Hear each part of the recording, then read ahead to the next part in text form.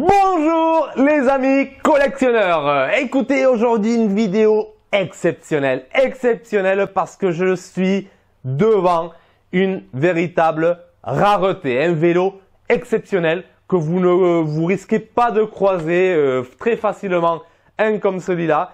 C'est une pièce exceptionnelle, je dis bien exceptionnelle parce que c'est un truc de malade et pourtant j'ai croisé des vélos exceptionnels, mais là c'est hyper intéressant.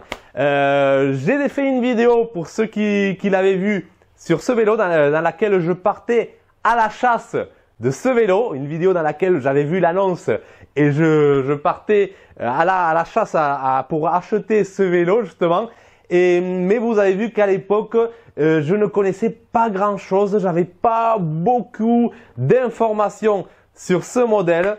Mais là, j'ai fait mes recherches, c'est bon, j'ai étudié, j'ai fait mes recherches et j'ai quelques informations sur ce vélo. Et pas énormément, parce que ça n'a pas été facile de trouver quoi que ce soit sur ce vélo. Donc, j'ai des informations qui sont assez sympas, mais si jamais vous connaissez un peu plus, si jamais vous avez des informations complémentaires, n'hésitez pas à me le laisser en commentaire. Je suis preneur parce que vraiment, ça c'est un vélo, vraiment un vélo d'ingénieur, un vélo de créateur. Donc, il s'agit de la marque Option, qui était une marque produite par l'entreprise ECM. ECM qui avait été créée par Michel Alvarez. Donc c'est une entreprise toulousaine. Donc là apparemment c'était ici il y a marqué Portet-sur-Garonne. Donc on est à côté de Toulouse d'après l'étiquette qu'on a là. Cycle de compétition Portet-sur-Garonne, ECM constructeur. Donc c'est vraiment une entreprise de la région de Toulouse et donc créée par Michel Alvarez. Et Michel Alvarez, il a créé un brevet, il a déposé un brevet parce qu'il a inventé un vélo assez particulier. Donc quand vous le voyez comme ça semble un vélo normal, mais si vous avez un peu l'œil, si vous avez vu aussi la vidéo antérieure, vous verrez que là, il y a quelque chose un peu étrange. Il y a quelque chose qui se passe. Donc ça, c'est la grande particularité visible de ce vélo, mais il y a plein d'autres choses. Vous allez voir ici les pattes de roue qui sont exceptionnelles, qui sont très particulières. C'est vraiment quelque chose de très rare. Donc le brevet, cette invention a été déposée en 1986, donc c'est l'année de ce vélo, 1986. Et la particularité, je vais vous expliquer, vous inquiétez pas. Pour ceux qui veulent aller un peu plus loin, je vous laisse aussi dans la description le lien où vous pouvez télécharger le brevet. Il y aura toutes les explications plus poussées. Là, on va faire une vidéo quand même un peu simple. Je ne vais pas rentrer dans tous les détails techniques, mais si vous voulez aller plus loin, vous pouvez télécharger le brevet de l'invention. Je vous laisse le lien et vous aurez toutes les informations. Il y a aussi une vidéo très sympa de Lina qui parle des cycles options de l'entreprise ECM. Donc n'hésitez pas à la regarder. Je vous laisse aussi le lien dans la description. C'est vraiment hyper intéressant, hyper sympa. Donc là vous aurez des informations complémentaires. Mais sinon, la grande invention de ce vélo, c'est le fait d'avoir la roue libre à l'extérieur du cadre. Donc normalement, sur les vélos classiques, cette roue libre, elle est à l'intérieur et vous avez le haut-banc et la base qui sont à l'extérieur. Et là, non, là on a la roue libre à l'extérieur. Donc c'est vraiment déjà la première particularité de ce vélo. Et pour faire cela, ils ont créé un support, une patte pour le dérailleur arrière. Donc pour qu'il soit vraiment, pour qu'il puisse attraper cette roue libre qui est située à l'extérieur. Pourquoi avoir fait ça? Bon, il y a plein de raisons. D'après le brevet, vous lirez tout ça. Mais la principale, celle que j'ai le plus retenue, c'est une recherche de rigidité. C'est aussi une recherche d'aérodynamisme. Nous avons un vélo qui est très fin, très fin, parce que regardez la fourche, je ne sais pas si vous le verrez, mais elle est hyper fine. L'écartement entre les deux fourreaux, c'est vraiment impressionnant. C'est impressionnant. Et pareil, les deux haubans ici, l'écartement, il est hyper fin. Donc ça si vous regardez la vidéo de Lina, dont je vous laisse le lien dans la description, vous verrez que dans le test d'aérodynamisme, ce vélo était 10% plus aérodynamique qu'un vélo classique, qu'un vélo ordinaire de l'époque, justement à cause du fait que ce vélo est plus étroit, plus serré. Donc déjà, c'est l'une des grandes particularités. Une autre particularité, les deux roues, lorsque vous roulez droit, sont parfaitement parallèles, en sachant que le fait d'avoir la roue libre à l'extérieur, ça permet d'avoir des rayons qui sont le plus droit possible. Normalement, sur une roue classique, une roue arrière classique, vous avez les rayons du côté de la roue libre qui sont moins inclinés que les rayons opposés. Et là, ils sont parfaitement symétriques. Ils sont parfaitement symétriques, donc ça apporte une rigidité supérieure. Vous avez la roue arrière, voilà, elle est parfaitement symétrique, parfaitement parallèle à la roue avant. Donc c'est aussi un des grands avantages d'avoir cette roue libre à l'extérieur. Donc là, c'est parfaitement parallèle à la roue avant. Il n'y a pas de différence entre le rayonnage de la roue arrière et de la roue avant. C'est les mêmes rayons, la même longueur, le même degré d'inclinaison. Donc, grand avantage. Apparemment, voilà, on améliore l'aérodynamisme, on améliore la rigidité aussi, le fait d'avoir ces haubans rapprochés, ces bases rapprochées, mais plus de rigidité. C'est vraiment impressionnant. Après, va falloir l'essayer. Il va falloir l'essayer pour vraiment voir si on le sent, si on peut vraiment le sentir. Je suis curieux. J'irai faire un tour après, mais voilà, pour l'instant, c'est ça. Autre particularité, une autre chose assez atypique, c'est, vous l'avez vu, les pattes de fixation des roues, de la roue arrière et de la roue avant. Et moi, au début, si vous avez vu la vidéo antérieure dans laquelle j'ai acheté le vélo, je ne savais même pas comment enlever les roues. La honte, la honte. Mais là, voilà, j'ai trouvé, ce n'était pas, bon, grâce à la vidéo de Lina notamment, qui montrait comment on faisait. Et c'est vraiment atypique. Voilà, on aime ou on n'aime pas. D'après le brevet, ça serait un avantage, apparemment. Le fait d'avoir justement ce système-là, il y a plein d'avantages. Je vous laisserai lire le brevet, mais pour enlever la roue, en fait, il faut écarter. Par exemple, pour enlever la roue avant, il faut écarter les deux fourreaux et il faut tirer vers le bas. Ce n'est pas facile, les amis. Bon, en tout cas, peut-être que j'ai pas l'habitude. Voilà, là, il faut. Voilà, il faut s'aider un peu avec le corps. Voilà. Et là, la roue. Mais elle sort. Voilà, nous avons les roulements externes. Donc ça, c'est aussi une autre particularité de ce vélo. Et après, voilà, il faut remettre la roue. Donc en théorie, on va faire une petite expérience. Je vais enlever aussi la roue arrière.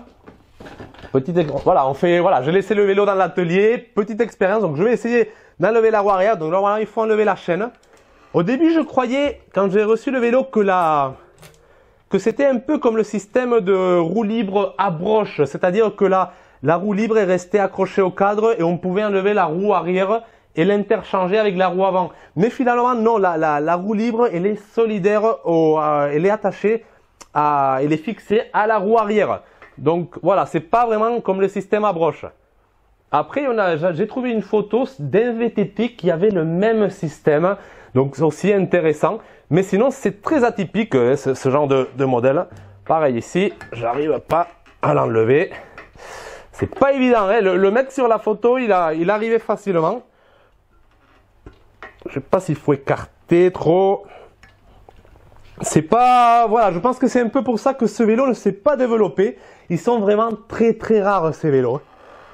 Voilà, mais là, j'arrive pas. Non, je sais pas. J'ai arrivé tout à l'heure avant de tourner la vidéo, mais là, voilà, ça s'est un peu dégagé. Non, mais ça veut pas venir. Désolé les amis. La dernière fois, j'ai mieux réussi. Non, mais là, c'est fou quoi. C'est fou. Si on veut enlever une roue, c'était censé être plus facile, hein, les amis. Mais là, je pense que j'ai raté. Il y a quelque chose encore que je ne gère pas trop. Je ne sais pas. Non, mais ça, c'est pas possible. Toute la France est en train de me voir là. Même nos amis les Allemands, les Anglais. Et là, non mais sérieux, je vais couper. Je vais couper. Non mais c'est fou, c'est fou. Voyons, comment on enlève cette misère? Je vais essayer comme ça. Non mais c'est impressionnant. La dernière fois, c'est toujours pareil quand on veut que ça sorte. C'est censé être plus facile d'après le brevet, mais je suis pas sûr. Hein. Là, je transpire, les gars. Non, ça veut pas s'ouvrir. Je pense que il faut que j'améliore ma technique. Hein. Est-ce que si je tire comme ça, enfin, bon, j'ai réussi. Voilà, c'est comme vous avez vu. Je pense qu'il faut la technique. Là, j'ai pas la technique du tout. Après, je vais pas m'amuser à faire des compétitions d'enlever des roues arrière. Mais pour moi, c'est pas le top. Hein. C'est ce système. Après, bon, une fois c'est sur place, on verra ce que ça donne lorsqu'on est sur la route. Mais pour enlever les roues, c'est pas le top. Donc normalement, on a le même écartement. Donc en théorie, je devrais pouvoir mettre la roue arrière à l'avant parce que le moyeu, d'après ce que j'ai lu, j'ai cru comprendre dans le brevet, ben, c'est la même épaisseur. Donc non, en fait, on pourra pas insérer la roue arrière à l'avant parce que voilà, ici l'ouverture est plus étroite qu'ici. Ici, l'ouverture pour la roue libre elle est plus épaisse, donc on pourra pas. Mais sinon, théoriquement, c'est le même écartement, donc c'est la même largeur du moyeu. Donc théoriquement, voilà, si on pourrait, théoriquement, si on avait une ouverture ici supérieure. Donc voilà un peu le principe de ce système. Donc une roue qui est parfaitement droite. C'est vraiment étrange de voir une roue arrière aussi bizarre. Je vous laisse voir un peu. Donc avec le mécanisme de la roue libre qui est là, très étrange. Voilà, et les roulements ici, les roulements extérieurs. Voilà, c'est hyper intéressant, hyper intéressant. Donc je vais remettre ma roue arrière.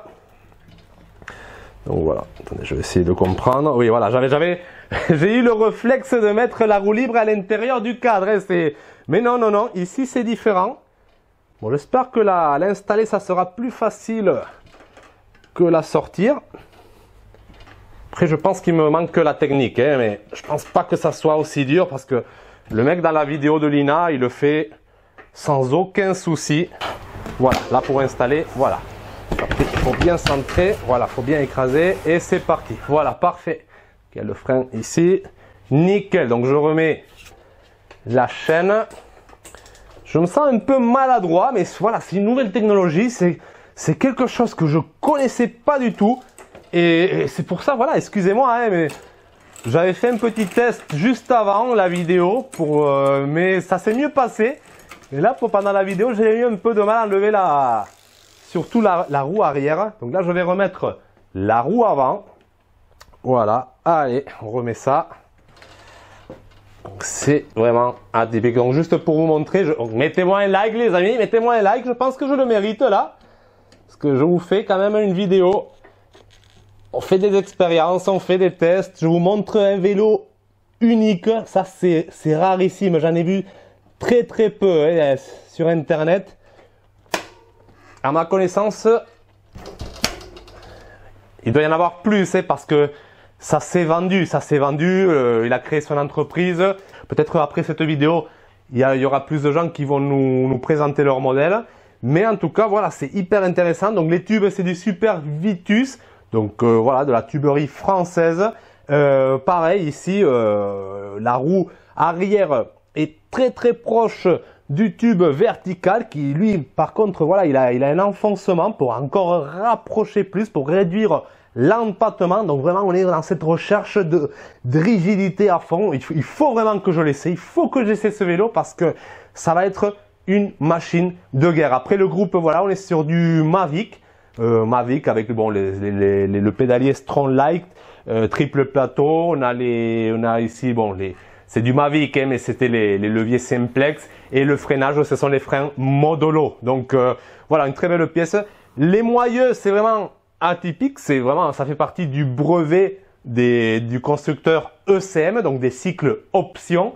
Et ils appellent ça le ABP System. Donc si vous avez le ABP System, ça fait partie du brevet des cycles des constructeurs ECM, donc des cycles options, donc brevet international.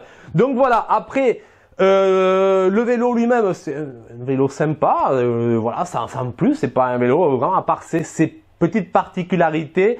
Bon, la fourche est vraiment très intéressante aussi, mais il faut connaître pour justement être intéressé, pour voir, il y a plein de différences, mais il faut vraiment s'approcher, il faut vraiment chercher. Mais déjà, voilà, ce système ces pattes-là, c'est impressionnant. D'après le brevet aussi, ça permet d'avoir la roue bien droite, parce qu'avec les attaches rapides, des fois, elle peut être légèrement inclinée. Mais là, c'est pas possible. Là, la roue est toujours bien droite.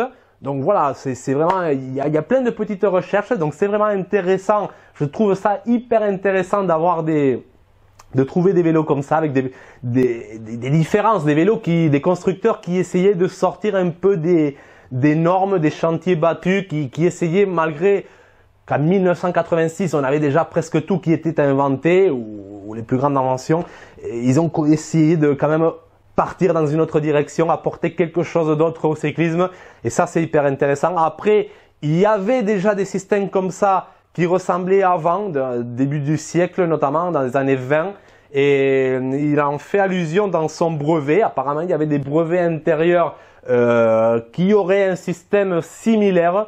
Malheureusement, j'ai pas trouvé des photos de ce type de vélo. Donc pareil, si vous trouvez ça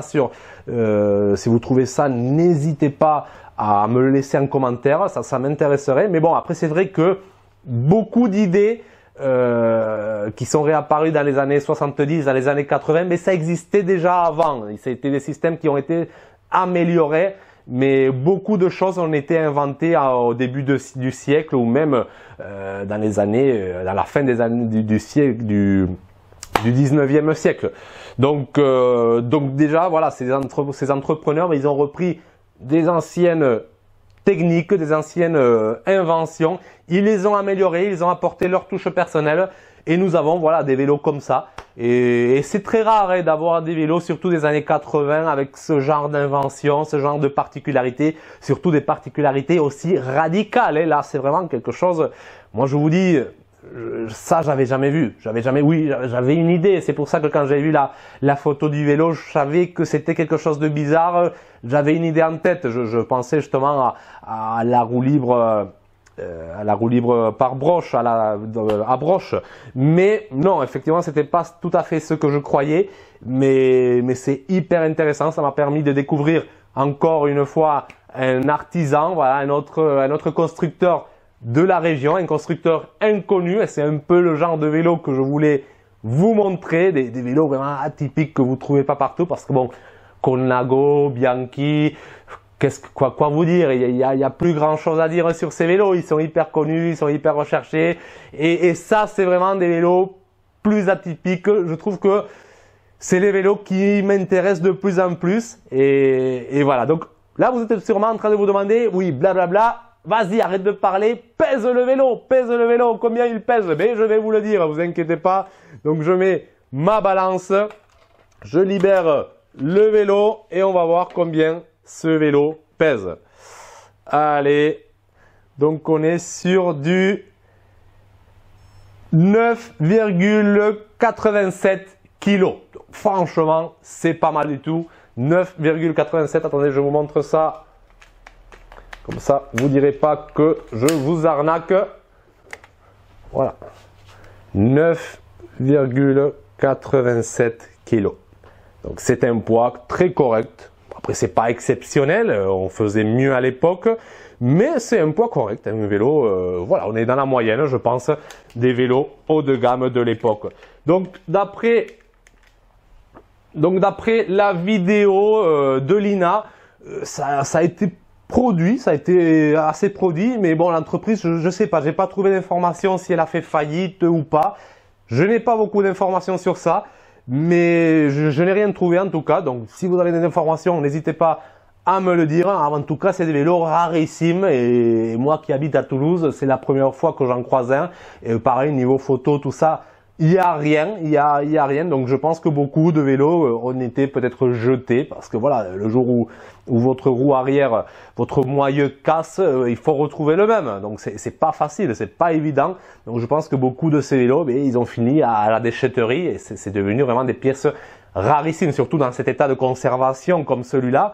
C'est exceptionnel, il a tous les adhésifs, il est hyper propre, 100% d'origine, il n'y a rien qui a bougé, c'est vraiment exceptionnel, rien qui a été modifié. Donc c'est rarissime, c'est une véritable pièce. Mais écoutez, moi ce que je vous propose, c'est de venir avec moi, on va faire un petit test, on va essayer ça. Je vais vous dire quelles sensations j'ai sur la route parce que là, ça m'intrigue, j'ai envie de voir si ce système-là, ça fait vraiment la différence, si on sent vraiment cette rigidité ou pas. Vous êtes chaud, vous venez avec moi? Oui?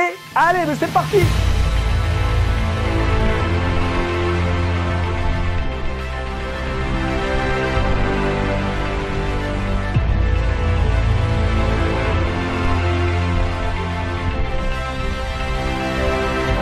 Donc les amis, me voilà en train d'essayer ce magnifique vélo option et franchement les amis, c'est une machine de guerre.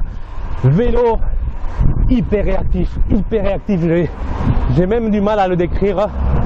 Je pense qu'il faut l'essayer pour comprendre, mais effectivement le brevet avait raison, ces innovations là ça apporte vraiment quelque chose niveau sensation. Le fait d'avoir la roue libre à l'extérieur du cadre, ça change rien au fonctionnement. Donc j'ai le passage de vitesse Mavic, mais bon c'est simplex à friction qui marche parfaitement, aucun souci. C'est juste la géométrie du cadre qui m'apporte une rigidité, une sensation étonnante, étonnamment surpris, c'est vraiment agréable, il faut le dire, il faut l'avouer.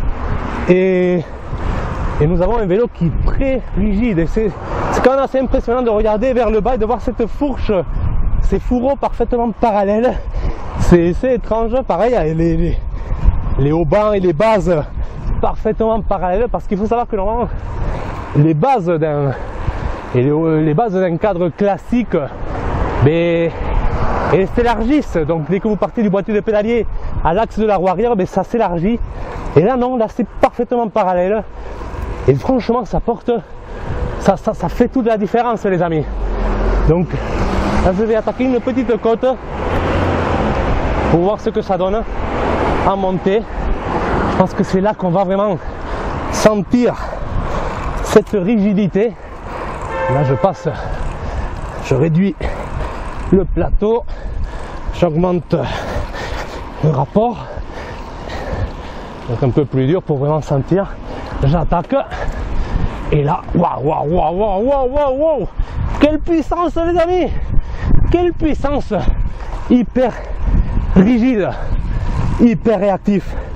Je sais pas, mais il réagit hyper bien, c'est vraiment impressionnant. J'ai comme l'impression que il roule tout droit. Je me mets en danseuse, mais il se balance moins, contrairement à ce que j'aurais pu croire. Il se balance moins qu'un vélo classique. Donc vraiment c'est comme vous êtes comme sur un rail, hein. Il veut aller tout droit le vélo, mais ça ne perturbe pas du tout la réactivité et c'est assez curieux vraiment.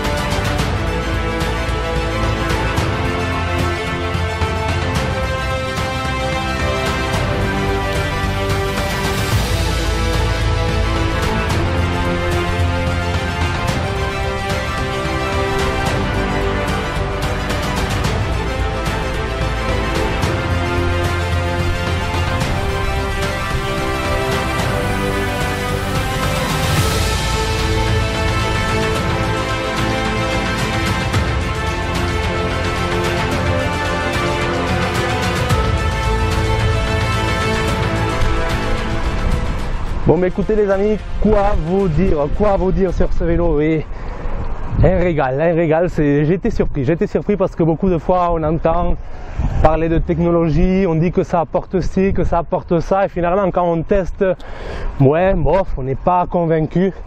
Mais là vraiment, il y a quelque chose qui se passe. J'aurais du mal à vous le décrire, mais il y a quelque chose qui se passe. Et franchement, c'est agréable.